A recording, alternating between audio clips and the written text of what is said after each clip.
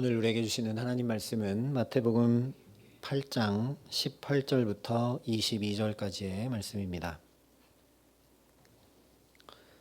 마태복음 8장 18절부터 22절까지의 말씀, 신약성경 12면에 있는 말씀입니다. 마태복음 8장 18절부터 22절까지의 말씀 제가 봉독해 드리겠습니다. 하나님의 말씀입니다. 예수께서 무리가 자기를 애워싸는 것을 보시고 건너편으로 가기를 명하시니라. 한 서기관이 나와 예수께 아뢰되 선생님이여 어디로 가시든지 저는 따르리이다. 예수께서 이르시되 여우도 굴이 있고 공중에 새도 거처가 있으되 인자는 머리 둘 곳이 없다 하시더라. 제자 중에 또 한 사람이 이르되 주여 내가 먼저 가서 내 아버지를 장사하게 허락하옵소서. 예수께서 이르시되 죽은 자들이 그들의 죽은 자들을 장사하게 하고 너는 나를 따르라 하시니라. 아멘. 마태복음은 하나님 나라 복음을 선포하고 있습니다. 그 하나님 나라의 주인공이신 예수 그리스도를 통해 가르치시고 고치시고 천국 복음을 전파하신 내용이 기록이 되고 있습니다. 5장부터 7장까지는 우리가 잘 알고 있는 산상수훈을 통해 하나님 나라가 어떻게 말씀으로 선포되어지는지, 예수님께서 그 하나님 나라를 말씀으로 어떻게 가르쳐 주셨는지를 전해주고 있습니다. 이어서 8장부터 9장까지는 많은 병자들을 고쳐주신 내용이 기록이 됩니다. 왜냐? 이 선포된 말씀이 예수님을 통해 임해온 하나님 나라가 어떻게 이루어지고 역사하고 드러나는지 실제 알고 누리고 경험하고 보아야 하기 때문입니다. 구체적인 삶에서 어떻게 깨어져 버린 하나님 나라가 예수님을 통해 회복되고 이루어져 가는지를 전해주고 있다라는 것이죠. 그래서 다른 복음서들과 다르게 마태복음은 이처럼 예수님의 말씀은 말씀대로, 예수님의 행적은 행적대로 의도적으로 모아서 기록하여 전해주는 걸 보게 됩니다. 왜 마태복음이 이렇게 복음을 전하고 있느냐? 이 마태복음의 복음을 듣는 첫 번째 대상을 유대인으로 삼았기 때문입니다.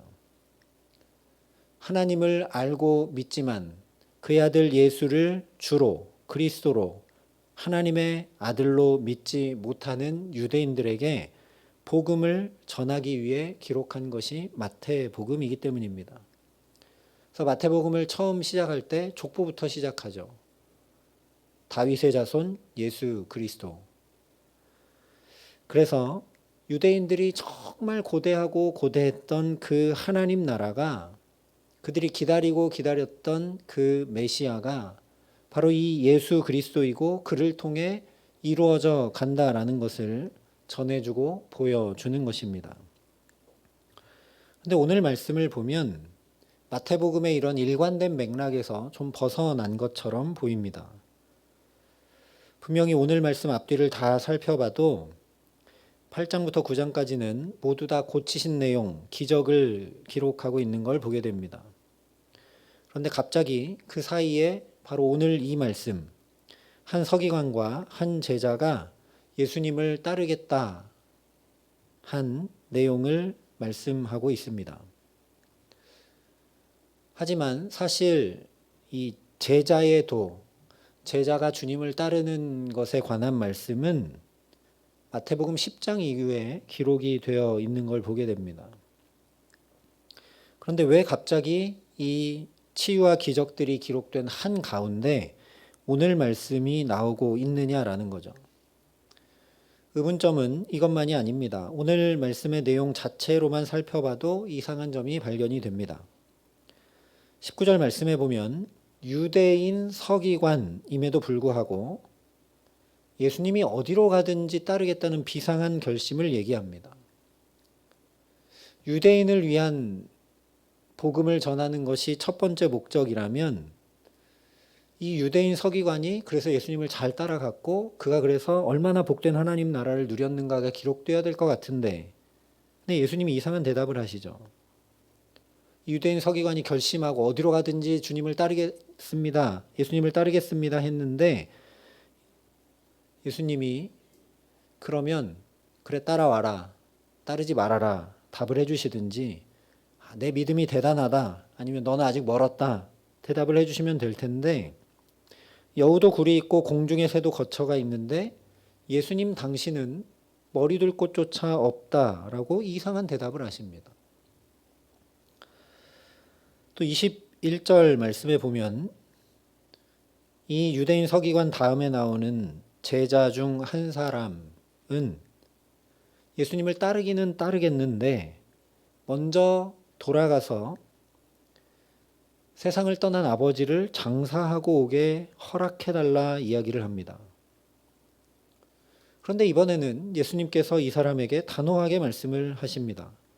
죽은 자를 장사하는 건 다른 사람에게 다 맡겨두고 너는 나를 따르라 말씀을 하고 계시죠. 이상하지 않으십니까? 예수님 어디로 가든지 저는 따르겠습니다 했던 굳은 의지를 보였던 유대인 중에 유대인인 서기관에게는 예수님이 나는 의지하고 의탁할 곳, 머리둘 곳조차 없으니 따르든지 말든지 네가 알아서 해라, 뭐 이런 이상한 대답을 하시고, 우리가 볼 때 예수님을 따르는 것보다 자기 할 일을 하고 오겠다는 제자, 어디 가든 따라가는 것이 아니라 좀 다른 곳에 마음이 가 있는 것 같은 이 제자에게는 단호하게 나를 따르라 말씀을 하시기 때문입니다. 제자라서 예수님이 편애하신 걸까요? 지금 말씀으로 하나님 나라가 선포됐고 그 말씀대로 지치고 깨지고 상한 실제 삶 속에 하나님 나라가 임한 것을 모두가 보고 있습니다. 이 예수님을 통해 하나님 나라가 임하면 어떻게 되는지를 모든 사람이 목도하고 있다는 거죠. 그러면 그렇게 임해 오는 하나님 나라 앞에 나는 어떻게 할 건가 결단할 수밖에 없을 겁니다. 저 놀라운 하나님 나라를 이루고 누리고 살 건가, 아니면 나는 그 하나님 나라와 상관없이 살 건가 결단할 수밖에 없겠죠. 왜냐하면 지금 그것이 현실로 일어나고 있는 일이니까요. 마태복음 1장부터 지금까지 계속 흐르고 있는 핵심 주제는 그래서 바로 이 예수 그리스도를 붙잡으면 나의 세계가 아니라 그리스도의 세계, 바로 하나님 나라가 지금 여기 내 삶에 열려간다라는 겁니다. 그러니 임하는 하나님 나라를 듣고 보면서 그러면 나는 저 예수님을 붙잡고 따라갈 건가 말 건가, 저 예수를 하나님의 아들로 그리고 그동안 기다리고 고대했던 메시아로 믿을 건가 말 건가 라는 결단에 대한 요청이 자연스럽게 생겨난다라는 거죠. 유대인들이 그렇게 기다리고 고대하던 메시아고 그렇게 원하던 하나님 나라인데 그냥 팔짱 끼고 서서 구경만 하고 있는 것이 더 이상한 일이라는 겁니다. 그래서 오늘 말씀이 이 기적 이야기들, 다시 얘기하면 하나님 나라가 임하면 어떻게 되는지를 경험시켜 주시고 보여주시고 누리게 하신 이 사건들 한중간에 오늘 말씀이 기록이 되고 있는 겁니다. 예수님의 탄생부터 지금까지 듣고 보았으니 이제 결단하라 라는 1차적 요청이 바로 오늘 말씀이라는 겁니다. 이제 결단하라. 이 예수를 붙들 건가, 따를 건가, 믿을 건가, 말 건가, 결단하라 라는 이 요청에 대한 두 가지 다른 반응이 바로 오늘 말씀의 내용입니다. 그런데 단호하게 당신이 메시아이신 것 하나님의 아들이신 것 알겠으니 어디로 가든지 내가 따르겠다라고 예수를 붙잡는 사람이든, 먼저 가서 내 할 일 하겠다고 하는 제자든, 예수님이 우리의 기대와는 다르게 반응하고 계신다라는 겁니다. 왜 그러느냐는 것이죠. 사실은 이 두 사람뿐 아니라 많은 무리가 이 놀라운 기적 앞에서 예수님을 애워싸고 따르려고 했습니다. 8절이 이렇게 말씀하죠. 예수께서 무리가 자기를 애워싸는 것을 보시고. 많은 무리가 예수님을 애워쌌습니다. 그런데 그때 예수님이 뭐라 하시느냐? 건너편으로 가기를 명하시느니라. 예수님은 이 무리가 애워싸는 것에서 벗어나 건너편으로 가기를 명령하셨다고 분명하게 말씀합니다. 이것을 우리가 주목해야 합니다. 여기 비추어 볼 때 오늘 이 두 사람에 대한 예수님의 반응은 정확하게 한 가지입니다. 결론부터 말씀드리면 하나님의 나라는 우리가 기대하는 것과는 전혀 다른 것이라는 말씀입니다. 하나님 나라는 내가 소망하고 바라고 원하는 대로가 아니라 마태복음 처음부터 계속 강조되고 있는 그대로 예수님을 붙잡을 때 예수님을 주로 고백하는 데서 하나님 나라가 시작된다라는 겁니다. 이것을 기억하고 다시 19절 말씀을 보면 예수님의 대답을 이제 이해할 수 있게 됩니다. 한 서기관이 나와 예수께 말씀하되 선생님이여 어디로 가든지 저는 따르리이다. 이 서기관이 예수님 어디로 가든지 따르겠다고 분명히 얘기했습니다. 그런데 그 많은 말씀을 듣고 그 많은 기적을, 그 놀라운 기적을 보고서도, 다시 말하면 예수님을 통해 하나님 나라가 분명히 임하는 것을 보고 듣고 경험하면서도 예수님을 향해 여전히 선생님이여 라고 부르는 것을 보게 됩니다. 이 서기관이 다른 많은 랍비들과 다른 그보다 뛰어난 선생님, 스승 이상으로 예수님을 붙잡지 않았다라는 겁니다. 우리도 그럴 때가 많다라는 거죠. 예수님에 대해서 듣기는 들었고 알기는 아는데 그 예수님을 정말 나의 구주로 붙잡고 따라가는가?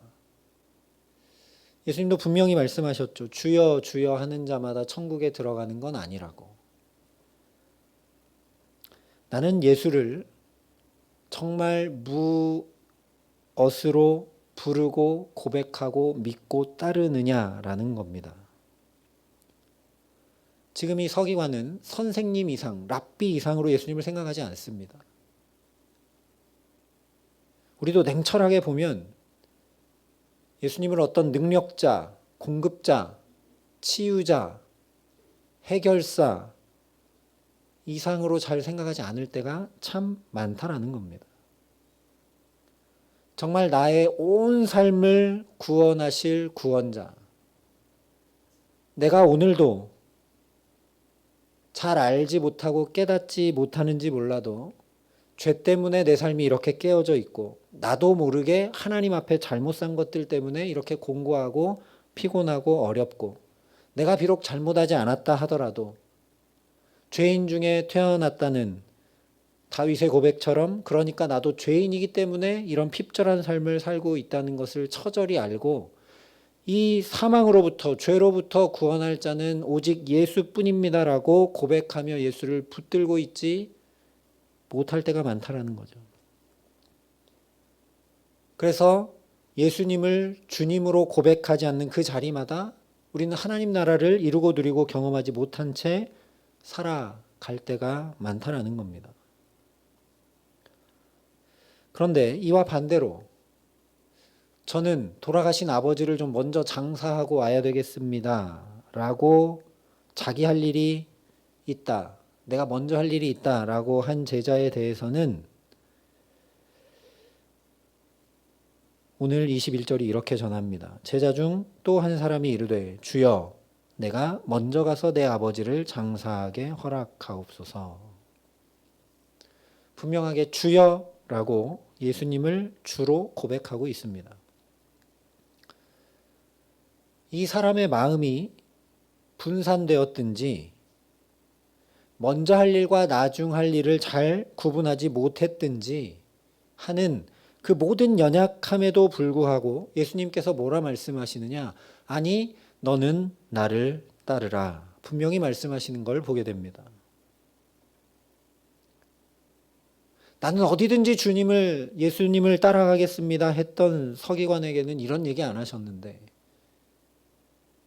오히려 나는 어디든지 주님을 따르는 것이 아니라 저는 지금 먼저 할 일이 좀 있습니다. 아버지를 좀 장사 지내야 되겠습니다.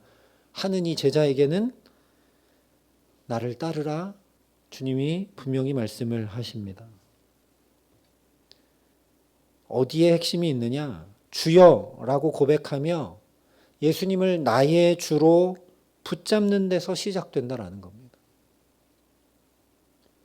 내가 아무리 예수님이 어디로 가든지 내가 따르겠습니다. 내가 쫓아가겠습니다. 붙들겠습니다. 내가 결심해도 아무 소용 없다는 겁니다. 머리 둘 곳 없어지면 그 결심 역시 온데간데 없어지고 말 것이라는 말씀입니다. 아무리 어금니를 깨물어도 소용없다라는 겁니다. 그러나 상황을 잘 판단한 것 같지도 않고 결심도 약한 것 같고 의지도 약한 것 같고 부족함이 아무리 많은 것 같아도 예수님은 나의 주님이십니다라고 예수를 주로 붙잡기만 하면 내 힘과 지혜와 능력이 아니라 예수님을 주님으로 고백하고 의지하기만 하면 그 자리에 하나님 나라가 임하고 그 삶에 하나님 나라가 계속 열려간다라는 겁니다. 너는 나를 따르라. 그래서 이 제자에게 죽은 자들이 그들의 죽은 자들을 장사하게 하라 말씀을 하시는 것입니다. 물론 이 사람의 아버지가 세상을 떠난 것에 대한 1차적인 말씀이기는 하지만 상징적으로 비유적으로 하나님을 떠난 인간은 모두 다 죽은 것과 다름없다라는 말씀입니다. 자고 일어나 깨어 돌아다니지 않는 것, 숨을 쉬지 않는 생물학적 죽음이 이 죽은 것이 아니라 예수를 주로 고백하지 않고 여전히 자기의 생각과 의지대로 움직이고 세상의 논리를 따라 살아가는 사람이 죽은 사람이라는 말씀입니다. 그러니 예수님을 붙잡고 예수님을 주로 고백하는 결단을 가지고 살라는 말씀이 오늘 말씀입니다. 요한복음 6장에 예수님께서 내 아버지의 뜻은 아들을 보고 믿는 자마다 영생을 얻는 것이라고 말씀하셨습니다. 예수님을 보고 예수님의 말씀과 행적을 보고 믿는 자마다 예수님을 주로 고백하는 자마다 영생을 얻는 산 사람이 된다는 것입니다.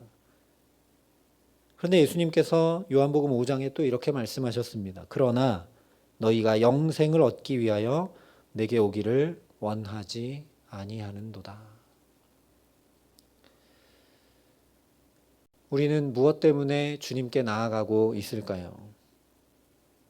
오늘 이 서기관처럼 우리가 겉으로 볼 때는 주님 어디로 가든지 내가 따라가겠습니다 라고 얘기하고 그런 모습으로 살아가고 있는지 모르지만 우리 마음 한가운데는 예수님을 그저 뛰어난 분, 능력자, 문제 해결사 정도로만 생각하고 이 서기관처럼 예수님 앞에 나아가고 있지 않은지 살펴보아야 한다라는 것이죠. 그러나 이 제자처럼 참 연약하고 부족하고 지금 뭘 먼저 해야 되는지 잘 판단하지도 못하지만 주님께 나아가기 원할 때 그의 삶을 너는 나를 따르라 라고 주님이 붙들어 주시고 주님이 함께 해주시는 것을 우리가 분명하게 보아야 한다라는 겁니다. 이것을 오늘 18절에 건너편으로 라는 이 표현에 응축해서 담아 두었습니다.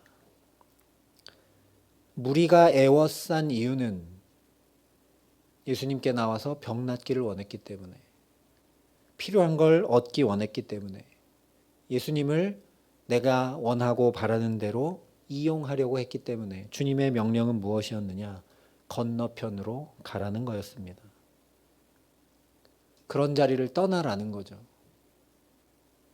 오늘 우리에게도 예수님께서 건너편으로 가라 명령하고 계십니다. 죽은 자의 편이 아니라 산 자의 편에 서라는 명령입니다. 세상의 편이 아니라, 내 편이 아니라, 유익과 만족의 편이 아니라, 내 의지와 공로의 편이 아니라, 나를 능히 구원하시고 생명을 주되 풍성히 주시는 건너편, 예수의 편에 서라는 말씀입니다.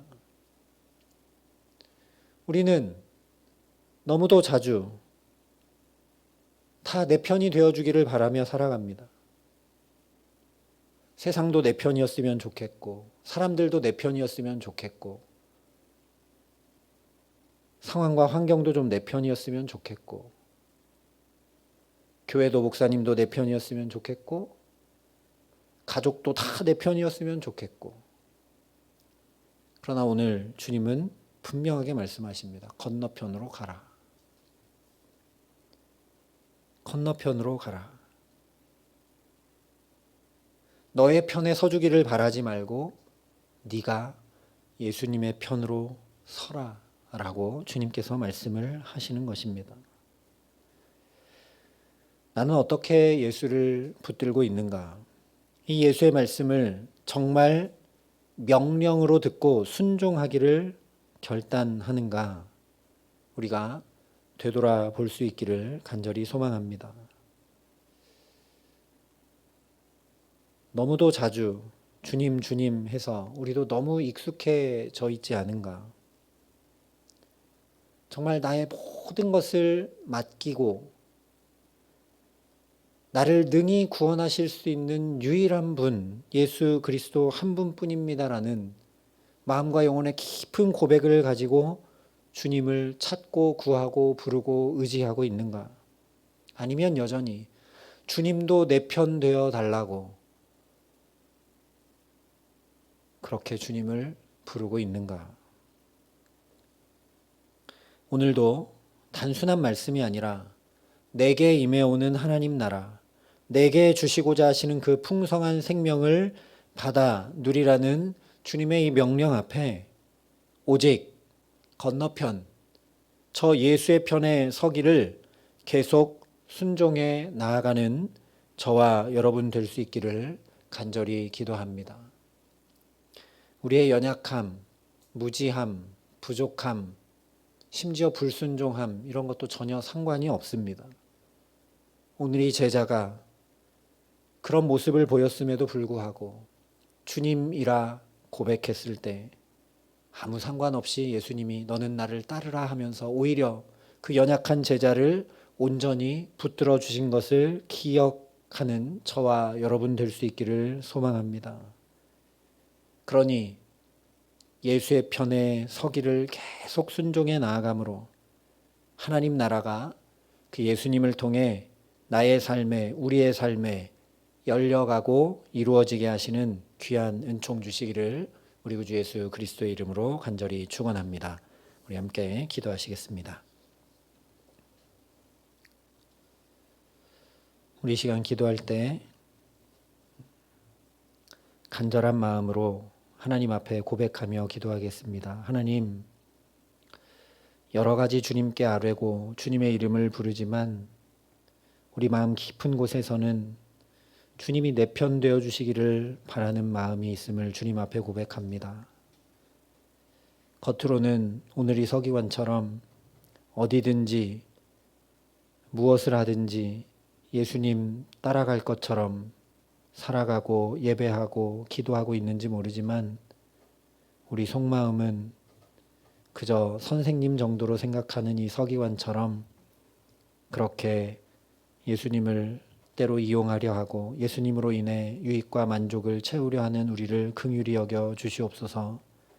하나님, 이런 부족함이 우리에게 있다 할지라도 그러나 예수님을 주로 고백할 때, 정말 주로 고백할 때 나의 모든 삶을 능히 온전히 구원하실 수 있는 분임을 고백할 때 오히려 그 예수님이 나를 따르라고 우리의 연약함을, 부족함을 붙들어 주시고 온전케 하시고 이끌어 주시는 것처럼 하나님 우리 삶을 붙들어 주시기를 간절히 소원합니다라고 이 시간 주님 앞에 간절한 마음으로 함께 기도하며 엎드려 나아가겠습니다. 함께 기도하겠습니다. 아버지 하나님, 감사합니다. 오늘도 주의 말씀 앞에 서게 하심을 감사합니다. 하나님, 심지어 하나님 나라도 내가 원하는 대로, 내가 바라는 대로 이루어지기를 하나님 소망하며 살아가는 우리들을 긍휼히 여겨 주시옵소서. 그런 우리의 기대를 하나님 깨뜨리시고 오늘 주님께서 보여주시는 그 하나님 나라를 또 눈 열어 보게 하시니 감사합니다. 우리의 기대와 전혀 다른, 우리의 바램과 소망과 전혀 다른 하나님 나라가 오직 예수 그리스도를 통해 임해오는 것을 말씀을 통해 분명히 보게 하시니 감사합니다. 하나님, 그러니 우리도 온전히 예수를 주로 고백할 수 있도록 은혜를 더하여 주시옵소서. 우리가 할 수 없어 주님께, 성령 하나님께 은혜를 구하며 나아가오니 우리 마음과 생각을 지켜주시고 우리의 영혼을 새롭게 하여 주셔서 정말 이 모든 상황과 환경과 이 피곤하고 공고하고 수고하고 무거운 짐진 인생 가운데 나를 구원해 주실 수 있는 분 오직 예수 그리스도 한 분뿐이심을 주여 고백하며 나아갈 수 있도록 우리에게 믿음 더하여 주시옵소서. 하나님, 겉으로는 어디든지 무엇을 하든지 예수님 붙들고 따르겠다고 우리가 예배하며 이렇게 살아가고 있는지 모르나 우리의 깊은 속마음은 여전히 내 바램을 주님이 이루어 주시기 바라고 내가 계획하고 소망한 것들을 주님이 펼쳐주시기를 바라며 살아가는 것들을 긍휼히 여겨주시고 하나님, 그러나 이런 연약한 우리도 주여 부르짖으며 나아갈 때 너는 나를 따르라, 오히려 주께서 우리를 붙들어 주시고 인도해 주시고 세워 주시고 함께 해 주시는 것을 또 보게 하셨으니 그 은혜로 우리를 덮으시고 세워 주시기를 간절히 소원합니다. 하나님, 그래서 오직 예수 그리스도를 통해 우리 가정에, 자녀들에게, 일터에, 이 주의 몸된 교회에, 우리 모든 삶에 하나님 나라가 온전히 이루어지고 경험되고 누려져 나아갈 수 있도록 은총을 더하여 주시옵소서. 그러니 나를 내려놓고 정말 예수 한 분만이 나의 주님이십니다 고백함으로 살아가는 매일매일이 될 수 있도록 하나님 우리 모두를 붙드시고 함께하여 주시옵소서. 이 모든 말씀 우리 구주 예수 그리스도의 이름으로 기도합니다. 아멘.